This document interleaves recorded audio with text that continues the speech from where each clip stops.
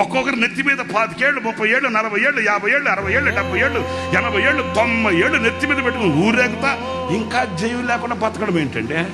ఇదిగో నేను చెప్పేది ఏంటంటే, ఈ మందిరానికి నీ వస్తే నీ నోట విజయానందం పలుకుతుంది.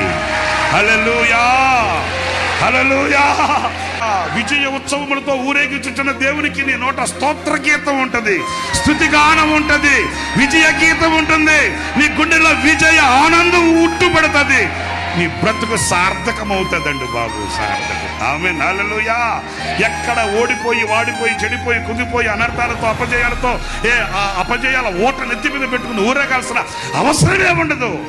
నీవు గళమెత్తితే, స్వరమెత్తితే నీ అంతరంగంలో నుంచి విజయానందం, విజయ ఆనందం. హల్లెలూయా.